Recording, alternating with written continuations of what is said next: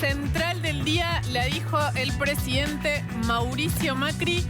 Voy a seguir hasta el final por ustedes. Una frase, después la vamos a ampliar, ¿no? Ahora cuando empecemos el programa. Constitucionalmente cierta. Sí, por eso, pero curiosa, como mínimo.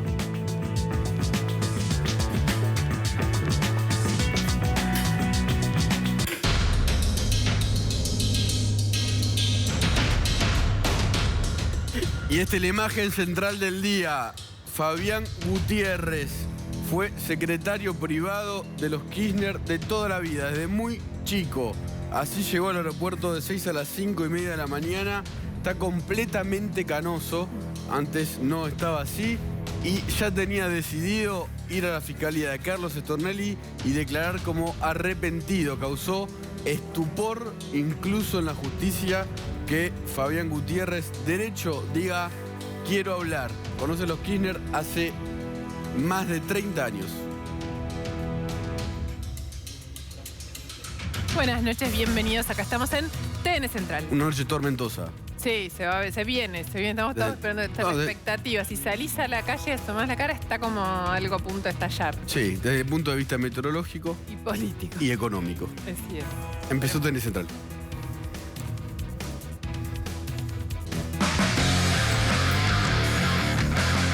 Empezó TN Central, enseguida los detalles del arrepentido más cercano. Piensen que trabajó casi 3 décadas junto a los Kirchner.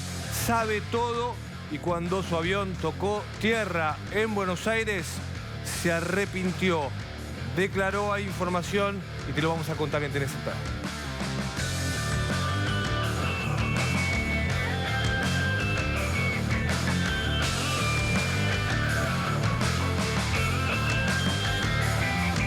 Y además, esta es la cotización del día, 41 pesos con 89. El dólar sigue sin freno, no tiene techo. Volvió a cerrar cerca de los 42 pesos y todavía no debutaron las bandas de flotación que se acordaron con el Fondo Monetario Internacional.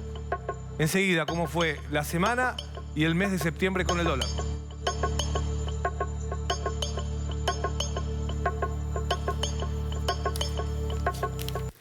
Nicolás. Sí, Luciana. ¿Qué es Shabbat?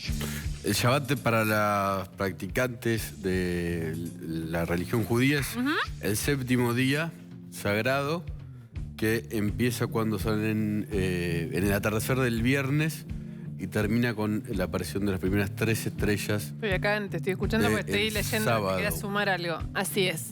Un día de mucho respeto, ¿no? En la religión judía. A los practicantes, sí.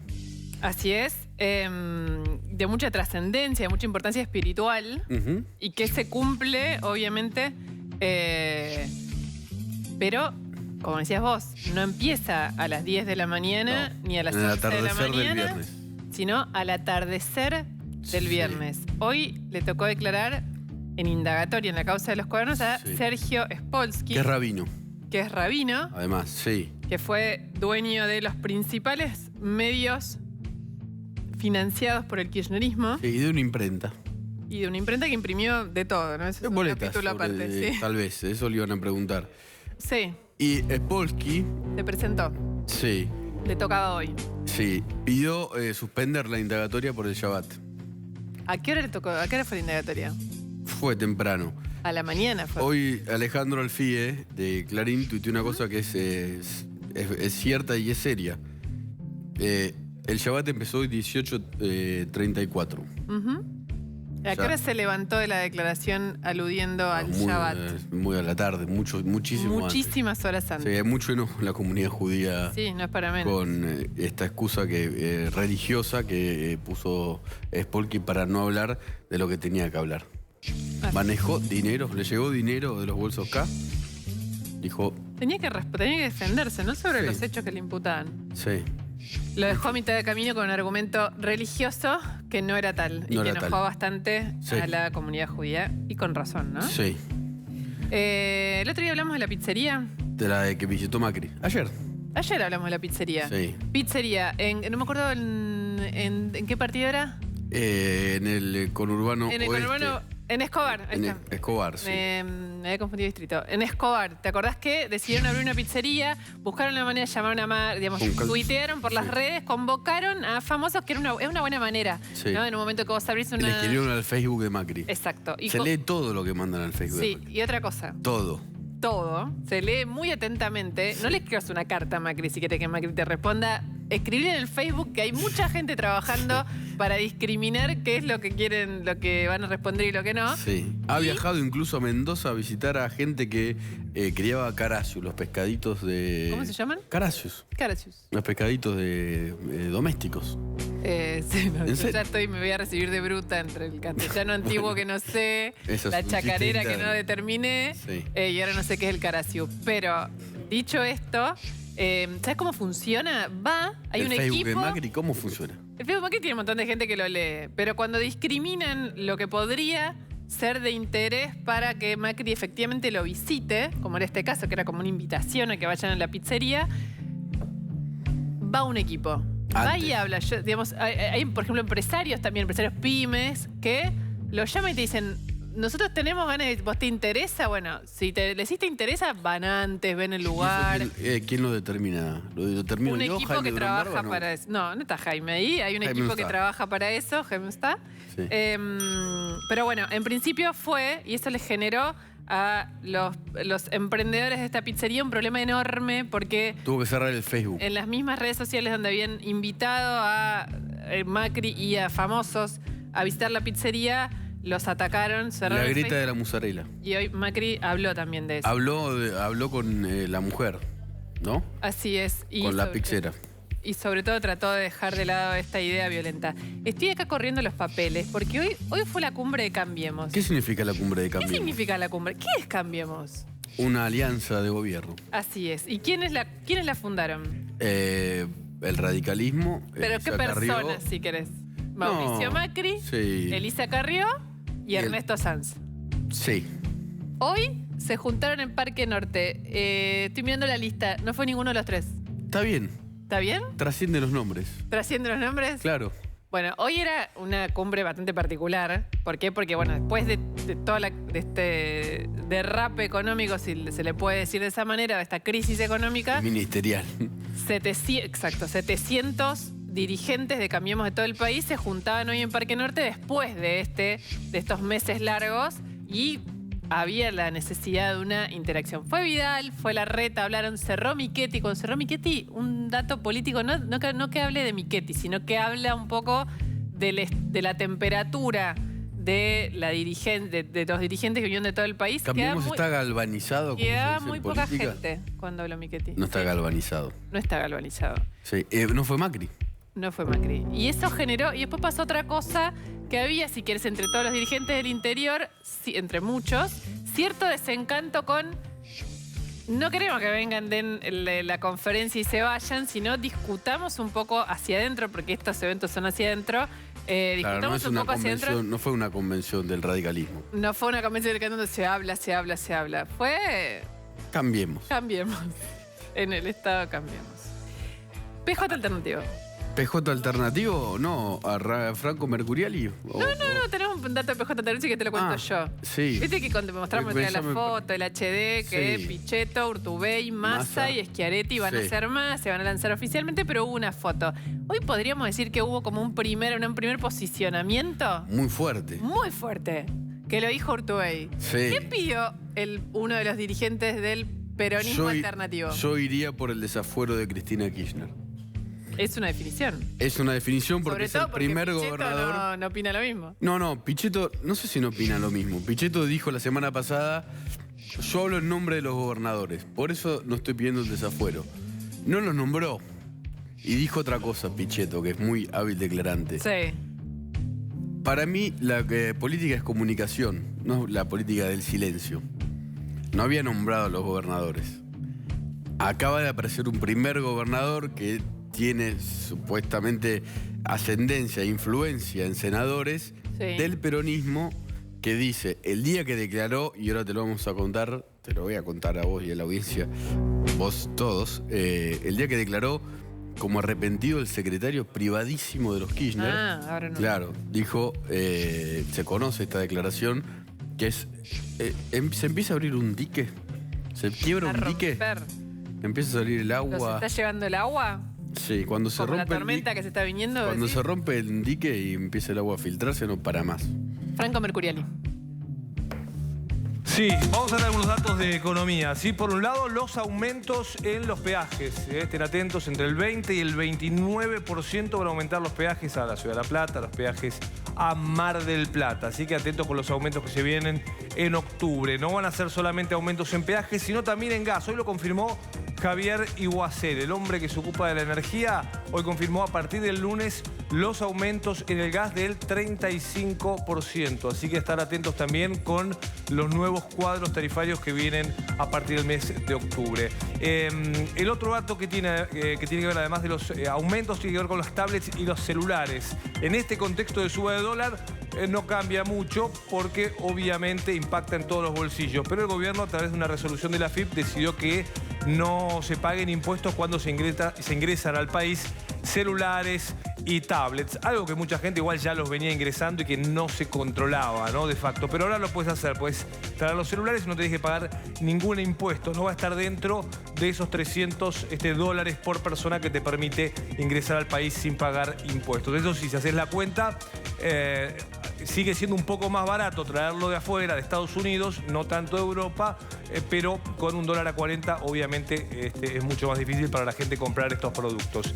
Y atención con el dato de la FIP, ¿sí? Porque a partir del lunes también aquellos que son monotributistas y todavía tienen factura, talonario factura, no lo pueden usar más, aunque estés en la categoría más baja o haga factura eventual. A partir del lunes todos tienen que tener la boleta electrónica, ¿sí? Se acabó la facturación manual, es un nuevo control de la FIP y empieza a regir a partir del lunes, ¿sí? Factura electrónica.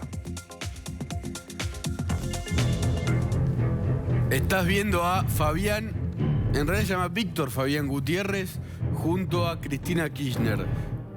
Esa persona trabajó desde el 94 o 95, era muy joven, junto a Néstor y a Cristina Kirchner como secretario todoterreno. Le hacía cosas domésticas y políticas. Arrancó muy chico, ¿no? Muy chico. Qué joven. Te digo por qué. ¿Por qué? Porque la madre, Teresa García, era interventora de la caja de la provincia en ese año y ya metió al hijo. Le consiguió una pasantía al hijo. Sí, que duró hasta el 2010. Y lo hizo multimillonario además, ¿no? Eso se lo generó él con su labor. En el 2010, Víctor Fabián Gutiérrez renuncia a su cargo de secretario privado adjunto de la presidenta de la Nación porque se pelea con Cristina Kirchner y ella le revolea un cenicero. Él se peleaba también con Kirchner. Kirchner le pegaba así, jugando un poco bruto a sus funcionarios. Ese fue el emoji, no fui yo. Y él le contestaba a veces también. Fabián. Era muy cercano, muy cercano. Hoy llegó a las 5:30 de la mañana en un vuelo de Aerolíneas Argentinas, preso. Esa ruta del cielo de Río Gallegos a Buenos Aires, él la hizo muchas veces con poder, pero estaba custodiado por la policía. Fue a los tribunales y fue derecho a la Fiscalía de Stornelli a decir: quiero ser arrepentido. Recordemos que él aparece en varias situaciones, ahora lo vamos a detallar, pero en principio aparece en una situación muy importante, que es en la declaración del Potro Velázquez, el piloto histórico de la gobernación y después de presidencia de la Nación. Fue el único civil que estuvo a cargo como piloto durante toda la gestión del matrimonio Kirchner y que cuando contaba cómo eran los viajes, donde en general iba Daniel Muñoz con los bolsos, decía que allá lo recibía Fabián Gutiérrez, Raúl Copete y todas esas personas que son del núcleo más íntimo, mayor confianza. De la asistencia más personal de cada una de estas leyes. No Fabián Gutiérrez, pero Fabián Gutiérrez hacía cosas domésticas y políticas. La de la intimidad del matrimonio Kirchner, digamos. Cuando llama, eso lo hablamos recién con Nico, cuando llamaban por teléfono un gobernador o un mandatario internacional, el teléfono lo atendía Fabián Gutiérrez, la cartera de Cristina la llevaba Fabián Gutiérrez. Cuando iban a un acto, se hospedaba casi siempre, a una gira, se hospedaba en la habitación de al lado de Cristina o muy cerca, digamos. Era la sombra en términos de ayudarla a Cristina Fernández de Kirchner. Y un dato muy gracioso que tiene que ver con esto que vos decís, Rodri, él tuvo, como los otros secretarios privados, causa por enriquecimiento ilícito, que la tuvo Bonadío, que esas cosas terminaron cerradas. Una causa por enriquecimiento ilícito donde tenía un aumento importante del patrimonio. Ese aumento importante, ¿sabes qué dijo él? ¿Cómo lo justificó? ¿Que de dónde había sacado la plata? Viáticos. De los viáticos. Decía que él viajaba tanto con Cristina. O sea, trabajaba tanto todo el tiempo. De Río Gallego, Buenos Aires, Río Gallego, Buenos Bueno, Aires, pero que no Calafate. le daba el tiempo para gastarse los viáticos. Porque tienen un viático fijo cuando viajan. Son unos... Otro día si quieren se lo explicamos, pero tienen como una suma fija. Que además no se rinde. Los ahorró, digamos. Después cambió, pero los ahorró y con eso se había comprado... Una mega casa en el Calafate. Tenía unas cabañas, tenía de todo. Tiene Rodrigo una noticia sobre eso. Bueno. ¿Qué es lo que había dicho digamos. José López? Sí. Que también es otra de las personas que lo nombró en su confesión. Dijo sobre los bolsos Sí. que deseaba agregar, dijo así, que antes de la muerte de Daniel Muñoz, que se murió, era otro de los secretarios privados de los Kirchner, también millonario, multimillonario El en más dólares. millonario de todos. Dólares, Digamos. compró edificios en Miami, de golpe. Se comunica con él Fabián Gutiérrez y él dice quién era el secretario de Néstor y de Cristina, que era de absoluta confianza de ambos. Le dice que quería hablar con él y que se encuentra en el Hotel NH, conocido como Sitio Hotel, que es en la calle Balcarce, muy cerca de la Casa Rosada. No recuerdo la fecha, dice López, pero sí puedo decir que fue unos días antes del 14 de junio del 2016, que entiendo que fue el día en que alocadamente llevó casi 9 millones de dólares a un convento que no era tal y los intentó esconder ahí. Y dice que en esa oportunidad Fabián Gutiérrez le manifestó que debía cambiar de lugar un dinero. No le dijo la cifra exacta, pero dice López, supuse que se trataba de una suma grande. Se le conversaron un rato al respecto y que el 13 de junio a la noche fueron de parte de Fabián 3 personas a su casa que le dejaron los bolsos, que fueron los que se secuestraron después y se fueron. Él estaba muy nervioso y paranoico, que no recuerda a qué hora cargó el dinero en el auto, así como el arma que tenía, que el arma era de él, y que se fue al convento y que después lo que sucedió es de público conocimiento. ¿Qué dice él? En su declaración, ¿cómo sigue? Dice, deseo explicar y aclarar lo que sucedió con Fabián Gutiérrez. Aclaro lo que declaré sobre Fabián Gutiérrez. Este hombre me llamó para mantener una reunión y me dijo que había que mover un dinero de Muñoz sin que se entere la mujer de Muñoz. Esta reunión fue unos días antes de la muerte de Muñoz, como decía Nico, y estaba muy mal. Gutiérrez se había ido en el año 2010. Cuando me contactó pensé que era mandado por Cristina. Cuando él cuenta de lo de 2010 se refiere a que justamente cuando, a partir de las declaraciones juradas de los secretarios privados de Cristina, se hace cuando eso se publica en los diarios, porque eran declaraciones juradas públicas y eran obscenas, ya el blanco era obsceno, era completamente obsceno, pero yo me acuerdo trabajé muchísimo en eso. 2.200 Fabián Gutiérrez y se fue con 400.000 en blanco. Eso en blanco, pero después de encontrar como decía Nico, edificios en Miami. Daniel Muñoz me refiero, ¿no? Pero Gutiérrez, en el caso de Gutiérrez, era uno de este equipo. Todos tuvieron que renunciar por esto, salvo Isidro Bounine, que era como el más modesto de los que se había enriquecido y que se mantuvo con ella. Era jugador de fútbol. Sí. Ese dinero, dice en su declaración José López, yo sabía que era dinero de la recaudación y es el que yo termino llevando al convento. Ese dinero me lo llevan a mi casa y ese mismo día que me lo trajeron, lo llevé al convento. Me lo dieron a la noche, tipo 23 horas. Esa es la declaración que él hace como arrepentido en la causa por los cuadernos. Él había declarado en la causa de enriquecimiento ilícito cuando arrojó los bolsos, dijo que era plata de la política, nunca especificó de dónde, y señaló un lugar donde dijo que la tenía guardada en su casa, en su declaración, la cambió muchas veces su declaración, pero acá él dijo, deseo explicar el motivo por el cual no fui más preciso en algunas circunstancias en mis declaraciones anteriores. ¿Y qué dice ahí? Dice, lo hice por temor a Cristina Kirchner, persona muy vengativa a quien conozco hace mucho tiempo. Como dije, temor a ser descubierto o delatado, temor sobre mi vida y la de mi familia. Quiero aclarar que cuando me contactó Fabián, Esto es lo importante. sin ninguna duda sabía que los mensajes u órdenes que vendrían con él provendrían de Cristina Kirchner, más allá de que Fabián hiciera referencia a la mujer de Muñoz. Mi relación, termino con esto, con Gutiérrez era de conocimiento, pero sabía que podía operar para perjudicarme. Lo conozco desde la municipalidad. No le tengo miedo a él, sino el contacto que él tiene, que es Cristina. A ella le temo porque es vengativa. Y ahí da el ejemplo que vos habías dado ayer. Que no lo di exacto, ¿no? ¿Por qué dice que...? Pone un ejemplo, esto es interesante más allá de Gutiérrez. Dice López que estaba preso y pidió entrar al programa de protección de testigos.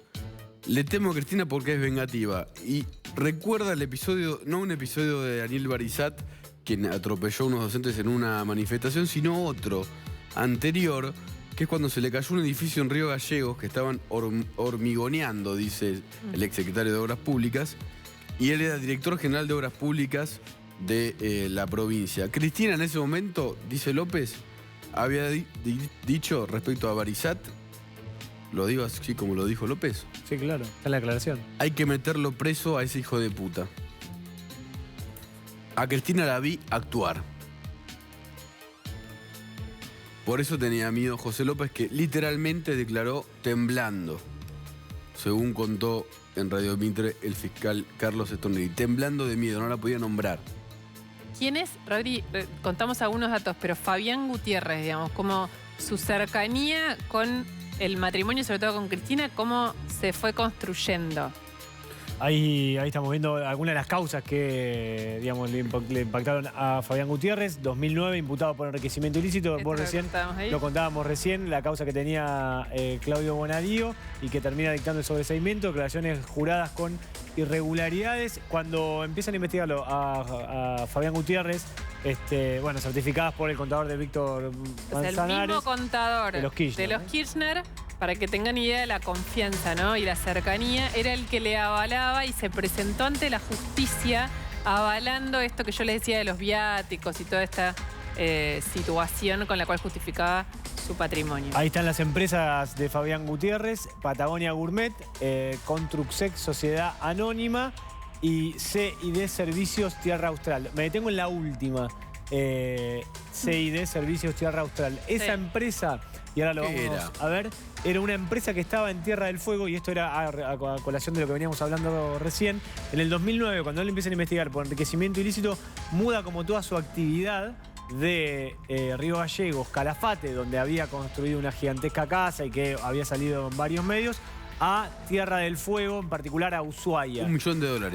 La casa de El Calafate. Él se muda a Tierra del Fuego y lo último que había hecho como negocio era una hostería, un hotel sobre el lago Fagnano. La empresa que él la regenteaba era esta, C&D Servicios Generales. Y este es el spot de el hotel. Esto es de Fabián Gutiérrez. Loca. Para, Nicolás, ¿cuánto tenía Fabián Gutiérrez que dijiste antes del patrimonio? 2008, no, ¿cuándo empezó? Da 52.200 pesos. Cuando él ingresó como secretario y tuvo que presentar su declaración jurada, 52.200. su patrimonio total, 2003. patrimonio son sus bienes, estamos hablando. Está bien que es con dólar a otro precio, pero 52.200 pesos. Y ahora estoy viendo un hotel. Claro, este hotel es... Menos de 7 años después. Acá está, bueno, acá está el patrimonio. Ahí volvemos al patrimonio. En 2015 era más de 15 veces mayor al del año 2007. Subió de 4.155.358. No, al revés. Subió de 272.000 a... Está mala placa. A 4.100.000. Le ganó la inflación. Pero y venía de uno de 52.000 en 2003, ¿no? Ahora todos tenían hoteles. Porque él lo detienen el martes en un hotel que es de él en Río Gallegos. Y tenía este otro en Ushuaia. Y los Kirchner tenían 4. Bueno, todos invertían debajo del río Colorado en hoteles. Todos en hoteles, sí. Un negocio que en lavado de dinero 1, en los bancos, esto real, te enseñan lavado de dinero 1, te dicen hoteles. Bueno, de hecho él está imputado y a punto de ser llamado a indagatoria en otra causa por lavado de dinero, porque justamente la UIF lo que encontró es todo este emporio de empresas que mostrábamos recién y de bienes generados a partir de estas empresas que estaban originalmente a su nombre. ¿Qué pasa? Cuando cambia el mandato, cuando se ve que las investigaciones judiciales empiezan a cercar todo lo que tiene que ver con el patrimonio de los funcionarios del kirchnerismo, ¿qué hace? Vende todo. Y la justicia cree, según la denuncia que hizo la UIF, que esas ventas son ficticias, que se la vendió a testaferros, que en realidad son el mismo. Bueno, la información que nosotros tenemos es que este último negocio de Gutiérrez, que es el Sur Lodge 54, que está en el lago Fagnano, lo que es un hotel que está sobre el lago. Esa embarcación que se llama Paraná es propiedad de Fabián Gutiérrez. Lo cerró en el año 2016, en diciembre del 2016. Sí. El argumento fue que no venían ningún tipo de turista. Y a ver, nosotros hablamos con gente que estuvo trabajando en ese lugar y que obviamente la mayoría de los fueguinos lo saben, que vos entrabas ahí solamente por reserva. Iba gente de mucho poder adquisitivo de la zona y o sea, sobre todo del Calafate, Río Gallegos y de Tierra del Fuego. Los empleados solamente hablan que iban pocas personas, y por ahí esto va a colación con lo que vos decías, Lu, sobre la investigación por lavado, que siempre había muy poco pasajero, que estaban contados los pasajeros que iban ahí, que ellos trabajaban solamente cuando los llamaban por teléfono y le decían, bueno, hoy hay gente que viene acá. Entonces, bueno, aparecía un cocinero, aparecía un empleado que hacía la limpieza. No, para nada. Y subían a dar un paseo arriba de la embarcación Paraná, que sigue estando ahí. Dentro del lugar hay 2 camionetas Jeep que las fuentes nos dicen son de Fabián Gutiérrez, una blanca y una negra. También. Sí. Él tenía la sucursal Machines en Río Gallegos, que es una sucursal de autos de lujo que está acá en la capital federal. Pero este es el último negocio de Fabián Gutiérrez sobre un lago, y que lo que hacía era paseos turísticos, y que todo el tiempo, por lo menos las personas con las que hablamos, dicen que los pagos casi siempre eran en efectivo, que no había débito y que no había crédito, digamos. Eso dicen por lo menos los empleados, y que había una chica de Formosa que era la que llevaba la administración del hotel, y 2 empleados más, y que solamente aparecían cuando llamaba por teléfono Fabián Gutiérrez y decía que había pasajeros, digamos, y que siempre hubo una muy buena relación de Fabián Gutiérrez con la cámpora en Tierra del Fuego, sobre todo. Es muy amigo de Máximo Kirchner. Bueno. Por eso hoy, ¿qué declaró hoy Fabián Gutiérrez? Es un secreto, porque hasta que no se homologue no se va a conocer, pero es un golpe al corazón anímico de los Kirchner y político, si se puede hablar de corazón político. Es la persona que estuvo más de 20 años al lado de ellos. Los secretos de Gutiérrez son los secretos de los Kirchner. Y fue fuerte la declaración. Se podría decir, como dijo el fiscal Stornelli acá, cuando declaró López, que fue una declaración sincera. Como mínimo llegó... Nadie más cercano a Cristina Kirchner podía declarar como arrepentido que Víctor Fabián Gutiérrez. Por ahora. Y de hecho, sí. Los hijos. ¿Habló el secretario de Cristina, los otros secretarios? Un enigma de Rodrigo Alegre. Franco Mercuriali. Ahora Franco Mercuriali.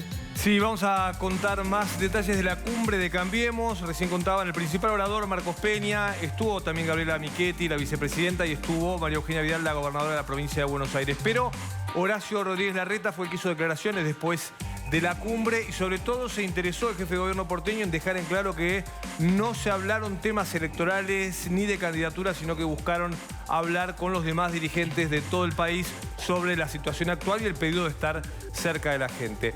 Cristina Kirchner redobla la apuesta contra José López y Carlos Wagner. José López, quien fue su secretario de Obras Públicas, y Wagner, el que era el presidente de la Cámara de la Construcción, señalado y elegido por Néstor Kirchner en su momento, y que los dos, tanto López como Wagner, figuran como arrepentidos. Los dos hablaron, Wagner contando incluso detalles de cómo era el club de la obra pública, y López también contando detalles sobre los 9 millones de dólares. ¿Qué hizo Cristina?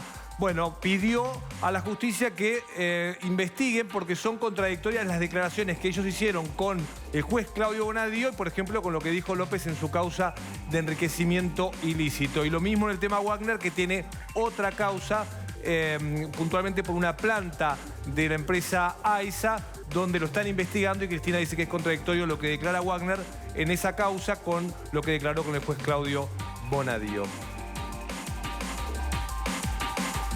Acá estamos. Sí, Vuelta con... un gesto desesperado jurídico de Cristina. Ah, sí. Bolón, vamos Sí. a hablar... Casi tenemos la misma corbata, señor Zuleta. No. Casi. Esta No, pero corbata se ve yo muy la parecido. uso en momentos selectos si el director la toma. Porque ese es lo que Quédate llaman la, quieto para la que la pueda corbata tomar. electoral. Ah, Son mira. todos sobres. Ah, Ah, me muero, es verdad. Son sobres. Dos sobres. Hay que saber entender el mensaje No de las bolsos. urnas. no bolsos, sobres. No, ya antes la plata iba en sobres, pero ya no entra nada en el sobre, ¿verdad? ¿Por qué hoy estás con la corbata de las urnas? Agarré la Ay. primera que había. Ah, y cuando no, venía, pensé que cuando tenía venía en el un- taxi, No, dije, bueno, pero- me puse la de las elecciones. Hay elecciones internas en la UCR, ¿no? Bueno, no, además Créditos. hay Movimiento. Sobres. la política es básicamente el proceso electoral. Culmina siempre, empieza y termina ahí. Sí. ¿Empezó el del año que viene? Sí, estamos ya en pleno. Hay que pensar que la elección es en un año. Octubre del año que viene, tenés agosto paso, junio cierre de listas de paso. Uf. Vos en marzo ya tenés un debate de las candidaturas. Los veranos en los últimos años han perdido presión los años electorales. En otras épocas, Mar del Plata, por ejemplo, era una sede de campaña. Pinamar. Pinamar, todo eso yo creo que se ha perdido. Empieza en marzo. Y con lo cual ya estás en carrera. Bueno, esta semana, si uno debiera caracterizar esta semana que estamos terminando, diría que es una semana de exhibición de fuerza. El paro, la cumbre hoy de Cambiemos. Perdón, y el anuncio la del foto de presidente en Estados Unidos de que está ready to run. Bueno, pero eso no es nuevo. Eso se lo preguntaron, pero el proyecto de reelección de Macri viene desde que arrancó, ya hablaban de la reelección. En general es como un lugar común decir hacen falta 8 años. Porque el que dice que a los 4 se van, Ya está empiezan muerto. todos a buscar al próximo. Ya lo están velando. Claro.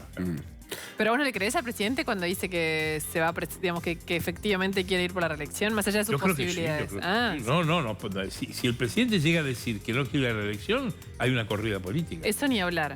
O sea, él está obligado a hacerlo y creo que además la persona que hace política lo que quiere es poder. Y yo no he conocido nunca a nadie que resigne poder. Nadie resigna poder. Casi diría, sería una normalidad que un político resigne poder. Inclusive es malo, porque es bueno que el político tenga poder, porque es como puede hacer lo que cumplir su proyecto, si no, no puede. ¿Cristina Kirchner tiene poder hoy? Yo creo que tiene más poder que el que tenía cuando era presidenta. Es decir, Cristina Kirchner cuando era presidenta no tenía el respeto del partido, no tenía el respeto de los sindicalistas. No se notaba. No, ¿cómo que no? Ya no se le fue en 2011. No fue la Asunción. No tenía el respeto de los gobernadores peronistas, no tenía el respeto del Congreso. Cristina decía, quiero poner gente en el Congreso para que me vote las leyes. ¿Por qué? Porque no se las votaban. Cristina es una persona que hereda el gobierno de su marido. Ella no construye el proceso político. Y ahí está su debilidad. La debilidad de ella es... Las leyes las sacó todas. Eso tendríamos que dedicar un seminario. Las principales leyes del kirchnerismo son las leyes de la oposición. La ley de medios se inventó para De la Rúa. Las primarias abiertas la inventó Federico Storani para De la Rúa. La asignación por La hijo, Carrió. estatización de YPF era lo que pedía el radicalismo en los años 90.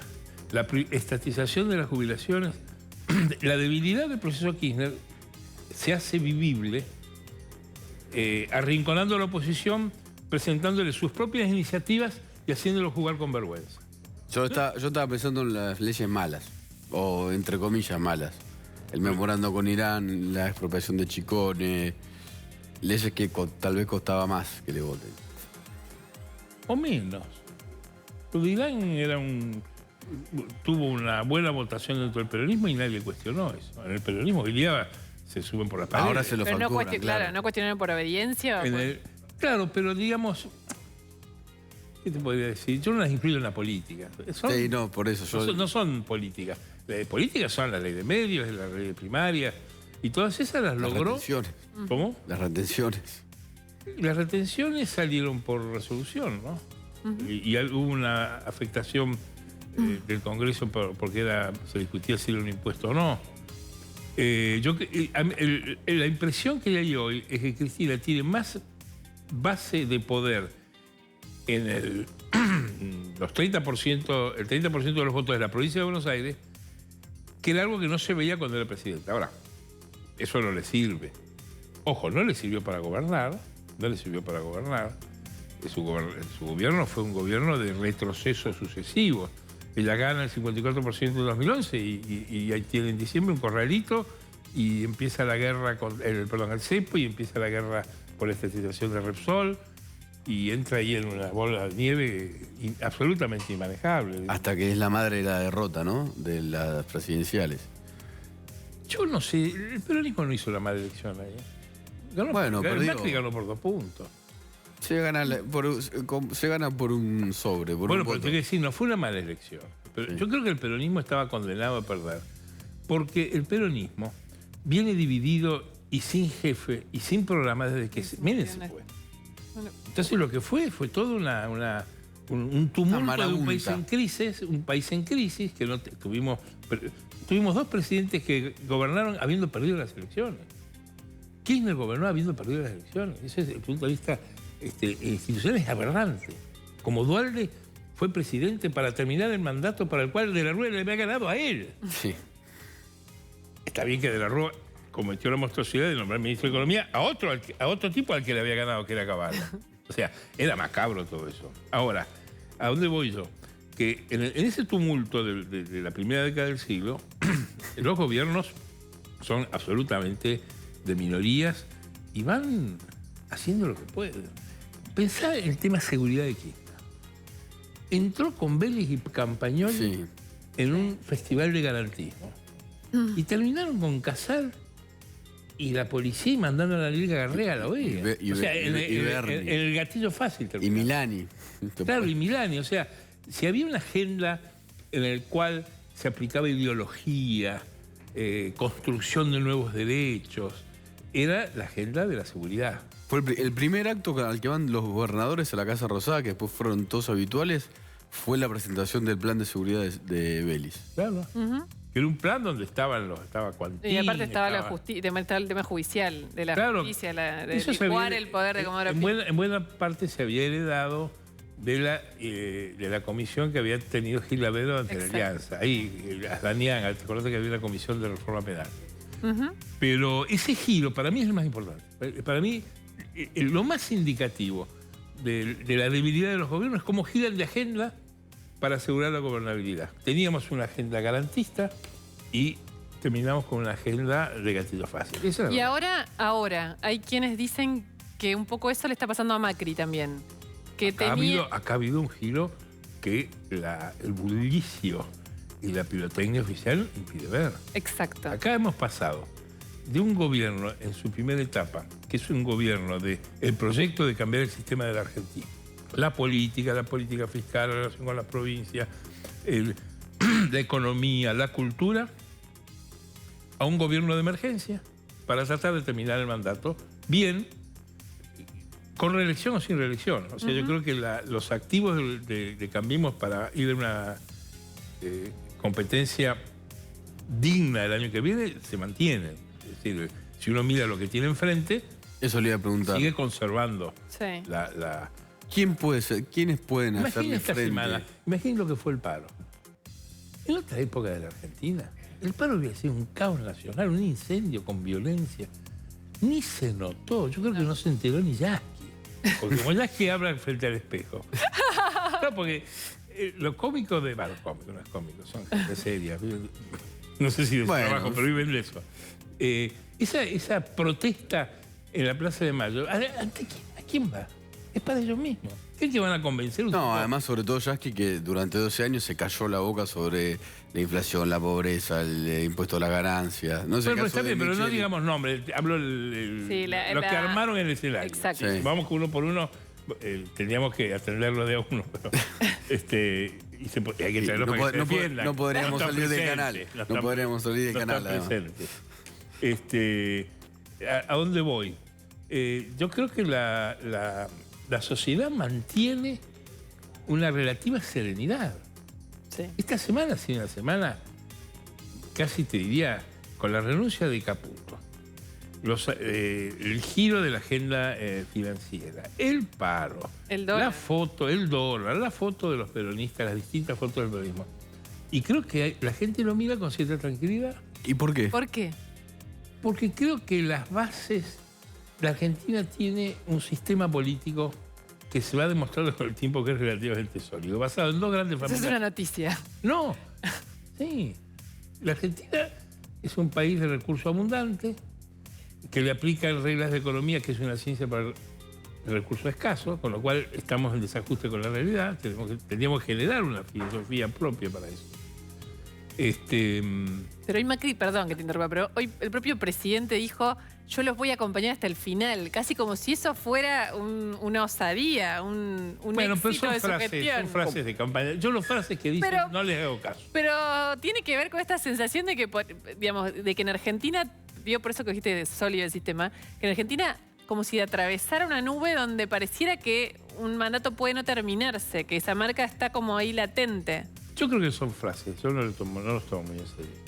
Okay. Como dice Dolina en una canción muy linda que se llama El Seductor, que está en una ópera que se llama Lo que me costó el amor de Laura.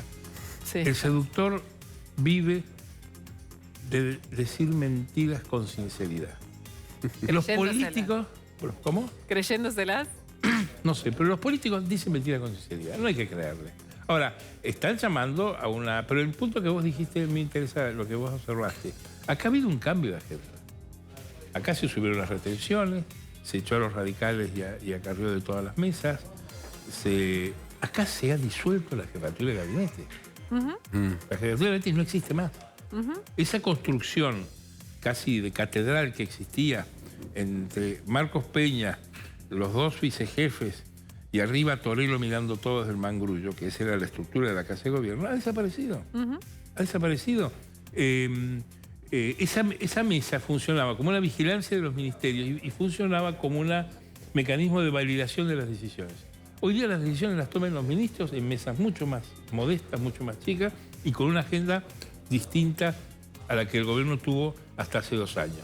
Acá se ha aceptado medidas digamos, keynesianas, que podían estar en la agenda del peronismo y del radicalismo y que el gobierno las ha aceptado por necesidad. Es un cambio que tiene que ver, creo yo, con la gobernabilidad. Lo que buscan es asegurar la gobernabilidad. Y está bien, porque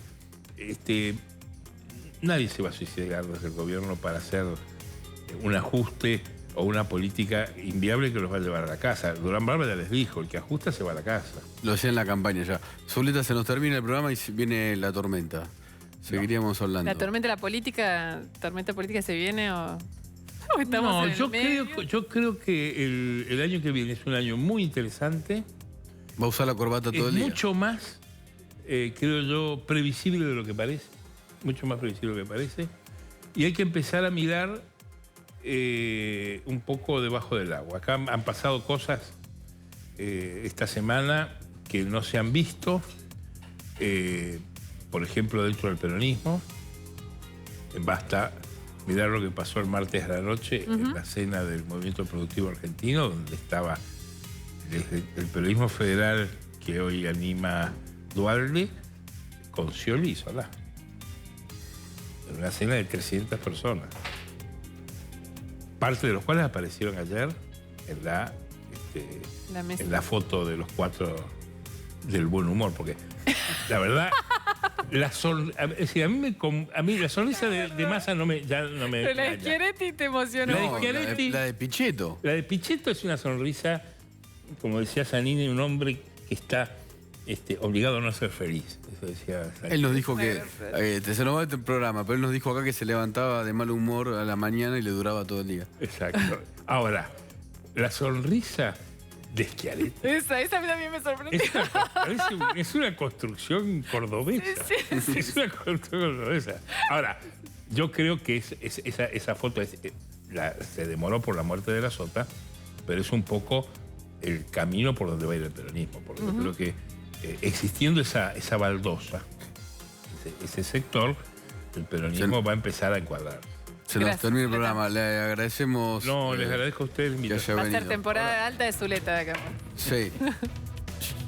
Ya volvemos con la tormenta que está viniendo meteorológicamente, hablando con Bertolotti. Fenómeno. Aquí. Voy a cambiar corbatas con Zuleta, me dijo.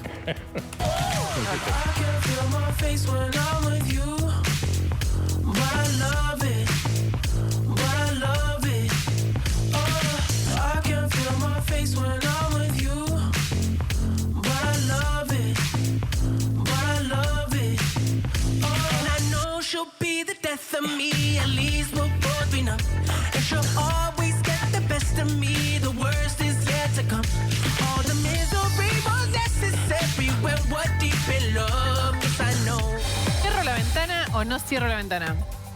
Yo la tendría abierta porque va a venir granizo. No sé. Ah, ¿por qué que te rompe el vidrio? No, yo quiero frío, nieve. Ay, Es un honor para nosotros que esté Sí. Bertolotti en TN Central, un fenómeno que hace fenómenos y que nos va a contar qué está pasando con la tormenta. ¿Cómo le va, Nico, Luciana? Un gusto estar acá, Ay, por la supuesto, alegría como que siempre, como siempre. Bueno, sí, a ver, para destacar un poquito por qué se está hablando tanto como se está hablando. Este tipo de situaciones como la que estamos teniendo ahora en la zona central de nuestro país suceden pocas veces a lo largo del año. Pueden ser 4 o 5 veces, a veces menos. A veces hay años que ni suceden situaciones como este y hay años que suceden un poco más. O sea, se destacan del resto, ¿sí? Porque mucha gente nos preguntaba ahí, pero si normalmente hay a veces alerta de granizo, sí, es cierto, pero no como en este caso. Miren, esta es la imagen de satélite, ¿sí? En estos momentos. Se le pone color... verde y rojo. Claro, se le pone color a la altura de las nubes. Cuanto más alta, indican justamente la presencia de mayor intensidad. Notan, ¿no? Provincia de Buenos Aires, lo voy a ampliar. Todo rojo en estos momentos con tormentas. Siempre tormenta en la provincia de Buenos Aires. No más ni más ni menos, exactamente. Se mueven hacia la costa atlántica, se originan nuevas. Después la vamos a ver en el radar para ver exactamente dónde están, ¿sí? Pero antes de ver en qué lugar están, vamos a tomar contacto con San Miguel del Monte, con mi compañero. Un trabajo tremendo en el día de hoy. José, ¿cómo estás? Se lo llevó el viento. Todavía no. Ahí está.